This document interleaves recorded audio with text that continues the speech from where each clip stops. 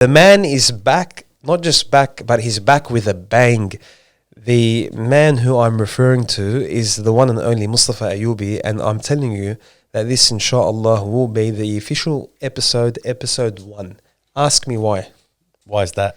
Because I did a DEXA scan, Uh-huh. and the people want answers, and I want answers. Yes. And I believe that you are qualified to interpret what a DEXA scan is. Mm-hmm. So in a nutshell, what is a DEXA scan? Well, it's basically, in a nutshell, it's currently it's one of the most accurate ways you can get scanned. Now, when we say scanned, it's an overall body scan. So they scan your bone density, your fat tissue, how much fat, where's the fat deposited, muscle density, how much muscle have you got, where is that muscle located. That tells us a lot of things, things that we need to work on, things that it gives you data basically that you can do a lot with. So when you compare the DEXA scan Mm-hmm. to a mobile body scan that you stand on Yep. and pay maybe $20 or $30 for, compared to a more expensive end of a DEXA scan, Yep. would you say the DEXA scan is more accurate? Yeah, for sure. Now, accuracy-wise, I'd say be cautious. I would say the DEXA scan is the be-all, end-all when it comes to scans. It is one of the most accurate ways, heaps more accurate than those standalone units that you stand on and just grab onto. For reference, pricing-wise, we bought one of those units for the gym and it costed us $20,000, whereas the DEXA scan machine cost almost $500,000 on some of these So machines. you're telling me the standing one that you stand on costs how much? Depends on which company you go with, but roughly speaking, $20,000. That's I thought it's a couple of $1,000s. No, but again, DEXA scan machine, you're talking from $200,000 to almost $500,000. So it's Wow. a massive jump. So with my DEXA scan, just so I can pick your brain, Yes. I'm not the most, well, I can say that in terms of numbers and data for my training, I rely, which is not the most effective way for Yep. some people, but I rely on my past experiences and the history of my training. And I know if I've reached a certain weight or I feel a certain way that it's time to get back in shape. And I don't rely on numbers, but there are many people who need numbers to show them where they are at and to give them a goal. With the DEXA scan, what alerted me and caused me to go all in with my training, Wow, all in. all in, was my visceral fat. Yes. So what are the 3 types of fat? So before we get into the 3 types of fat, I would say visceral fat is a very important topic to touch on. Now, in very basic layman terms, visceral fat is going to be the fat that's deposited around your organs, right? So generally speaking, for men, it's around their guts. Yep. So that's why you see a lot of men, when they get fat, or they get fatter, I should say, they gain weight, it's generally on the stomach area. And that's a bit more dangerous than women, whereas women, they get more towards what they call the pear shape, so towards the hips and thighs and whatnot. Now, not many organs, if any, around your legs and the hips, whereas up top, a lot of organs. So now you've got a lot of fat that's covering your organs, and not the best thing not the thing you want to do. You don't want your organs, again, very layman terms, choking. Now, visceral fat, very fun fact about visceral fat. It's not necessary that you get it from overeating. It's not necessary. So you might see some people that are skinny, but that's why you see skinny fat, what they call skinny fat. Or even, not necessarily even skinny fat. They look normal, or they don't look like they even have guts. But visceral fat can be deposited from stress. So secretions of hormones from stress hormones. So what we saw a lot of in our work, because we deal with people that have high stress jobs, like lawyers, like doctors. A lot of doctors, mind you, have a lot of visceral fat. The poor things, they have poor sleep, very poor sleep, eating behaviors very bad because of their job, their shifts. So these people have a lot of visceral fat. So their stress level is so big that, generally speaking, they get a lot of visceral fat. So even though they are skinny, quote unquote, they are skinny, Yeah. they still have a lot of visceral fats, and it's not necessarily just to their inactivity. It's more so associated with their high stress jobs and their poor eating habits and their poor lack of quality of sleep. And then in my case, if I were to look at my numbers, my visceral fat, and I'm going to reveal this, was over 2,000. Now that metric is in terms of kilos. So 2,000 equates to, I think, 2 kilos. 2 grams. I don't recall the paper. Yeah. We'll pull it up. Yeah. We'll get Jamie to put it up. No, just joking. No, we'll pull it up and we'll go through the numbers one by one. Yeah. And I think when you sent me it, what I liked about the DEXA scan, the one that you sent, was not only did they send how much fat have you got, they said, okay, if your goal is to lose 5 kilograms, for example, the projected loss of fat and the projected loss of muscle and so on is going to be that much. So that's what was cool about the DEXA scan. So I believe you actually scrutinized my DEXA scan. I did. Oh, wow. We're in for a shock. Well, Yes. it said that the total body fat, and this goes to me understanding my body, because I've been training on and off for quite a long time. Yeah. The person with me thought I was at 30%. And I said, no. Body fat. Yeah. I said, no way. He said, yes, you are. And this person's changed his life around in terms of lifestyle. It turned out to be 21%. Then the assessor, or the person who did the scan, told me, even though your body fat, which is good, considering your inactivity is 21%, your visceral fat, and I'm going to read it out loud to you, was 20607 grams. Yeah, so 2 kilograms, pretty much. Or total 21592, because there's subtotal and total. That was my visceral fat. So 2 kilograms, give or take.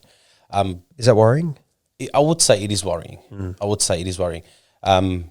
So you'd need to look out for things like, especially if you're getting DEXA scans or any types of scans, if you had a lot of water during that day, so the morning you went in, say you had a lot of water before you went for the scan, or the night before you had a ton of carbohydrates or salts or anything that usually tends to retain water in the body. So carbohydrates, for every gram of carbs is usually, what is it, it's 2.7 mils of water, give or take. So it's a lot of water held by carbohydrates. That does affect your scan. What I'm trying to say is, so your scan could be skewed by a bit more or a bit less. Okay. So that 21% body fat could be more, it could be less. So the scan could have picked up on water thinking that it's fat, or vice versa. Well, my total body weight in kilograms, which alarmed me, and that's where the person told me, alarmed me. If we see the numbers, and you'll fast track your results, because you'll be more motivated. And I agreed with him. It was 99 kilos. Oh, on the verge of the triple digits. On the verge of the triple digits. And the last time I hit the triple digit, the last, I can't even put two words together at the moment because I was three shocked. Digits together. Yeah. Yes. It was when I was actually bulking and retaining mostly muscle. And that's the first time I hit 100. Now, when I seen that it was 99, then the visceral fat was what I told you earlier. I went straight into action. I decided to do an overhaul with my eating habits because it was quite unhealthy considering I'm training. Yeah. I cut out sugars. I cut out acid and bread to a certain degree. After 3 weeks of this journey, or 4 weeks, let's say, give or take, my body weight dropped to 95 kilos. Nice. So if I can do it, anyone can. Anyone can. But I'm bringing you to a point before we go back to the DEXA scan, is I am used to doing the bro split. Is the bro split effective? Oh, wow. Just jumping around to the deep waters, are we? Effective in what way? I would like to. So I'll throw it back at you. So what way are we talking about effective? What sort of effectiveness are we chasing?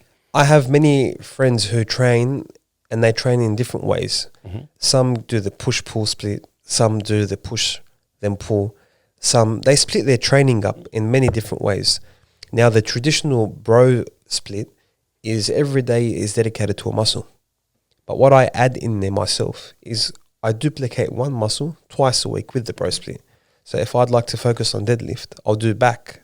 But then at the end of the week, I will do deadlift on its own, because it's it's the most strenuous exercise on my body with my back pain and what I'm dealing with. Yeah. Now, many people would accuse me or say to me that the bro split is ineffective, it's old school, it's outdated. But to me, for my body, it works. Well, that's a good point. So here's what I'll tell you. There's a lot of science, and I tend to follow a lot of the science and the literature around this stuff. What's effective and what are my goals? So if I want to know what's effective, what's the goal? Is hypertrophy the goal? So am I trying to build muscle? Is that my goal? Hypertrophy means? Building muscle. So am I trying to build muscle, become a bodybuilder, for the lack of better terms? And for anyone that's saying, oh, I don't become a bodybuilder, but I want to go to the gym and build muscles so I can look better. It's becoming an amateur bodybuilder. So accept it for what it is. So if hypertrophy is the goal, and that's completely okay, then what's the best? And is bro split the best? The bro split is definitely not the best.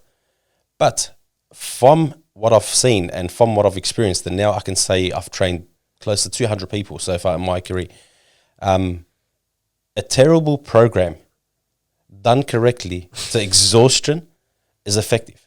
Wow. It's not the most effective, but it's effective. Now, some literature says the last 4 to 5 reps of a set is the most important part of the set. It's the most hypertrophy, so it triggers the most hypertrophy in the set. So when you are battling yourself to push those last few reps, that's when you most likely will achieve the results. Correct. And you've got other literature that says, new literature that says, for example, 33 to 66 reps is ideal. Now, obviously, when we're talking between 4 and 5 and 33 to 66 reps, the volume is different, the weights are different. I would say to you, obviously, science is based on the facts that we know now, because science is facts that are current now from the understanding. Today's data. And the data that we have. So that's what science is. And to that, I'll take my hat off and I say, I accept that. But if you're saying the bro split works for you, Yeah. and if you were to take the bro split away, hypothetically speaking, you might not train, or it might not. It won't stimulate me. So here's an example, man. A lot of athletes, they overtrain. In fact, I'd say most, if not all, professional elite level athletes overtrain, and they all know it. So if you take someone like Dorian Yates, which is 6-time Mr. Olympia, one of the best in his time, he trained 2 days on, 1 day off, 2 days on, 1 day off, 40 to 50 minutes in the gym at a time. What's that? I train more than that. And I don't train more than that because I think I'm bigger than Dorian Yates or more knowledgeable or better than him in that aspect. But that's what gets me going. That's what I like. It's not the torture element. I just like working really hard.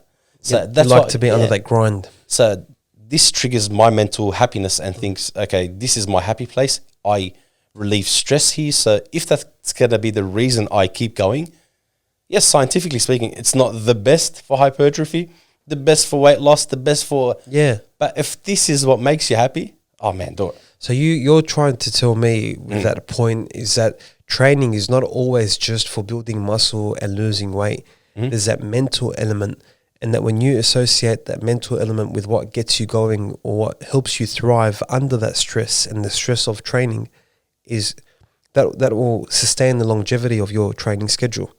Now, bro split versus push-pull split, which one would you say is better? In terms of science, you have the bro split and you have push-pull. Okay, so I would say in terms of scientifically speaking, I wouldn't put bro split aside, put push-pull aside. Let's understand that from a bigger perspective.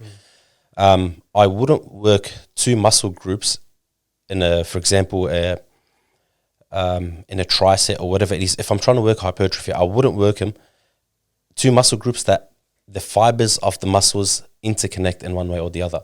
So if I'm trying to really work on the hypertrophy of the chest muscle on the pecs, in that case, is it ideal for me to work on my anterior, the front of my shoulder? Maybe not. I'm not saying don't do that, but I'm saying from an ideal perspective, it might be some sort of push, the other one might be some sort of pull, whatever it is. But in that case, okay, is it ideal? No, it's not ideal, because you're going to fatigue one as you're trying to work the other. So you're not going to get best results for one or the other, because those fibers are they're interrelated somehow. They're crossing each other and they're both fatigued. But if that's what makes you happy, I did that for a long time. I would work my shoulders and my chest at the same time. I try to refrain from that now, or at least work on the back of my shoulders if I'm working on the front of my chest. Yep. Just because I am trying to put the scientific element to my training programs. But yeah, if that's what works for you, do it. Another important point for you is don't work 2 massive muscle groups together. If for example, your legs or your glutes are a huge muscle group. So in other words, when you work them, your heart is working overtime trying to go, oh man, I need blood and I need it fast and I'm going to send it that way. Yeah. So your heart starts pumping and especially the legs up and down, that causes what we call blood shunting. So your heart's trying to pump blood upwards, then downwards and upwards and downwards. So it's working overtime. So if you go and thrash it by saying, I'm going to work my back area now, on my posterior chain, work on my lats, another huge muscle group, you are definitely going to be fatigued. So you're not going to be given that its best chance or that its best chance. I feel like you've explained it in a nutshell to the viewers of what to do and what not to do in terms of push and pull. If we were to divulge into diet with training, some people I feel overcomplicate their diet to the extent where they overcomplicate it and they give up. Mm-hmm. And this is where I found myself that the easiest and most practical way initially was just cut down on the sugar, cut down on the acid. However, if I were to compare to what's most effective, I'm not doing what's the most effective. I know that. You have a range of diets. Intermittent fasting, is it a myth? Oh, man, here we go. All right, bring it on, Craig. Okay, dieting. Again, if it works for you, I'll start by saying this. If it works for you from a mental perspective, do it.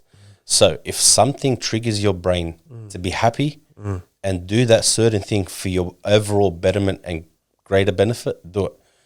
But, and here's a big but, I would say. It's a massive but. Oh, man. Sugar is not the enemy. Intermittent fasting is not the key to success. Where do you want to go? Carbohydrates are not the enemy. If you want to tell me carbohydrates are making you fat, go look at bodybuilders that overconsume carbohydrates and they're still running 6 to 7% fat off season. Tell them that. Not saying that carbohydrate doesn't transform into fat if you have an excess of it. But I'm trying to say it's not the enemy. It's not the major enemy. So people start going, sugar's the first thing. Sugar's the enemy. There is absolutely no literature proving 100% that sugar's the enemy. In other words, that sugar is the cause of all our problems from dieting. No, but the unfortunate downside to sugar is that it's tasty. So if you were to have chocolate, and if you look at the back of the chocolate, Cadbury chocolate, it says a serving is 2 little blocks, which is like that small. Who's going to eat 2 blocks? Who in their right mind is going to eat a serving of that much for 100-something calories? All this time a serving wasn't 2 rows? I don't know, man. It depends on what chocolate we're talking about. I'm talking about Cadbury.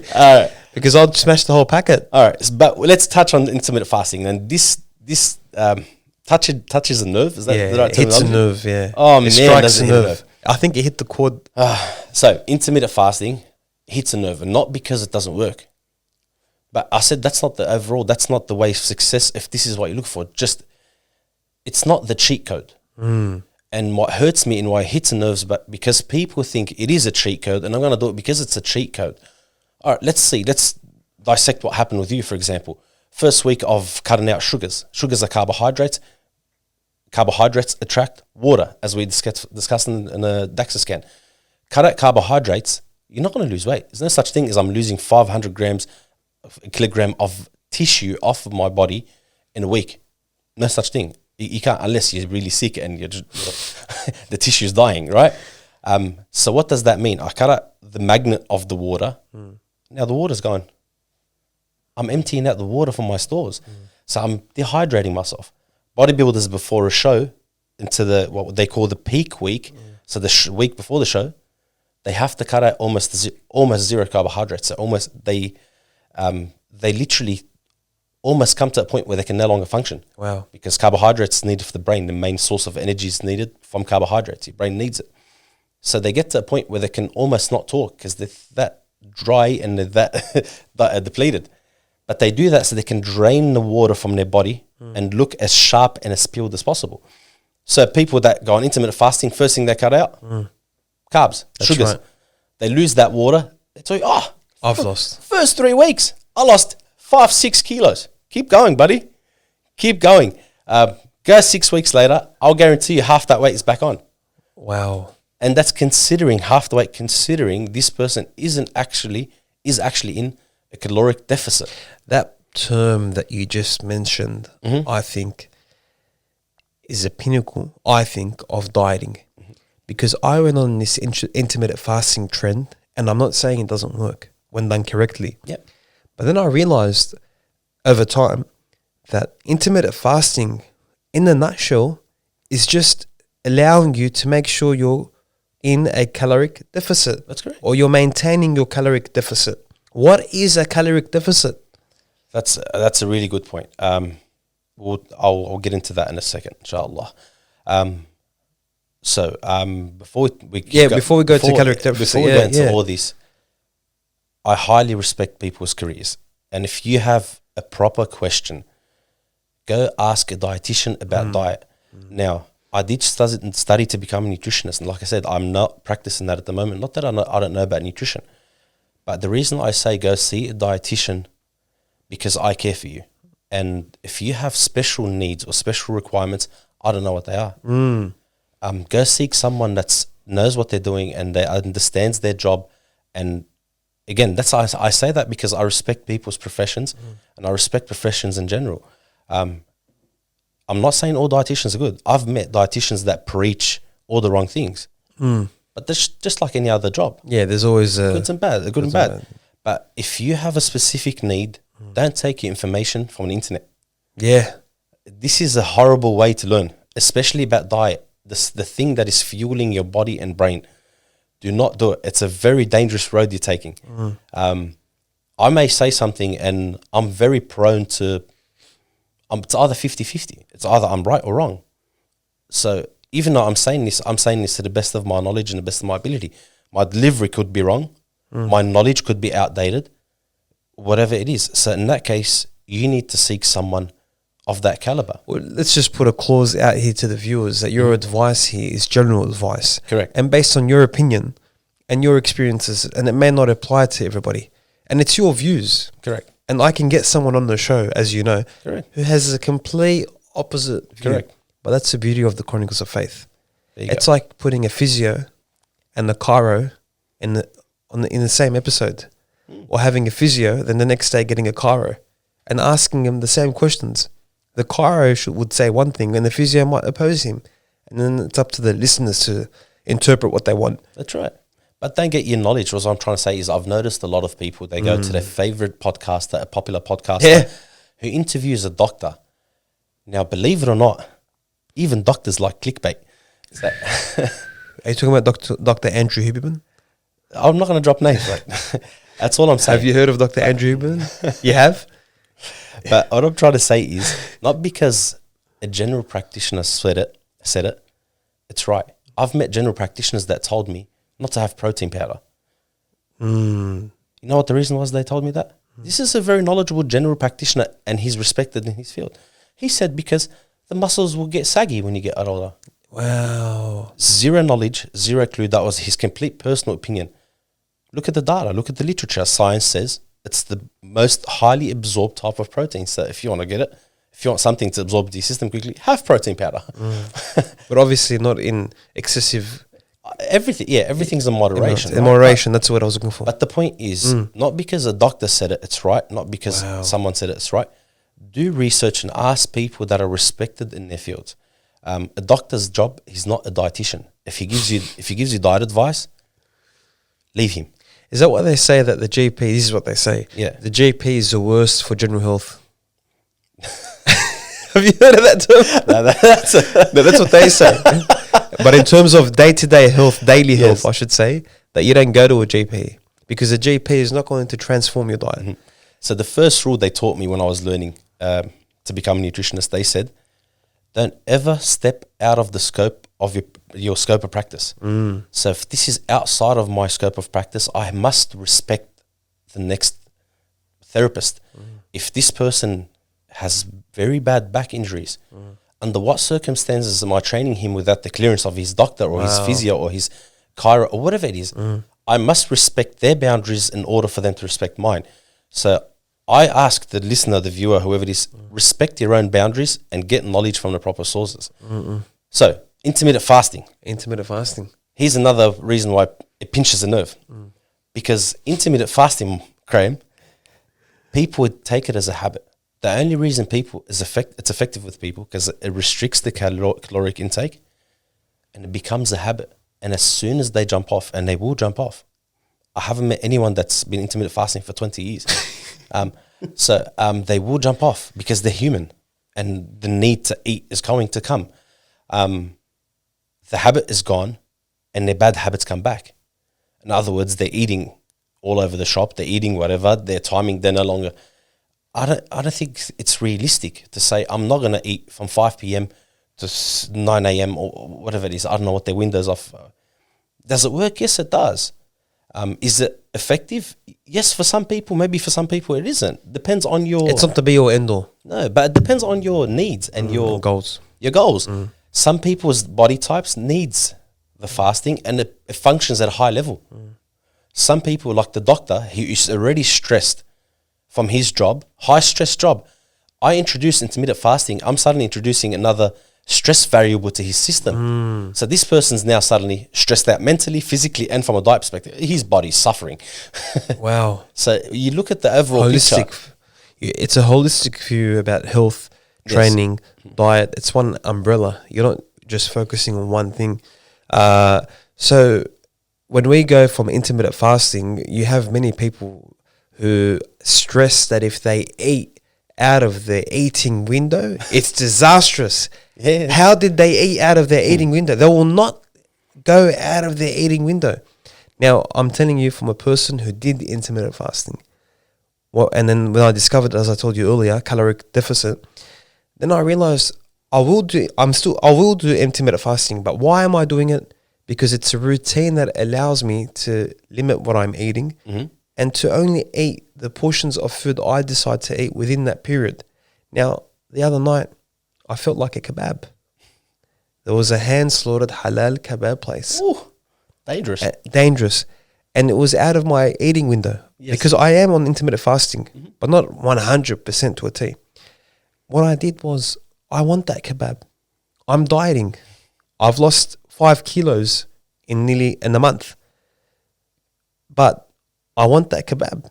And it's not my cheat day or cheat meal.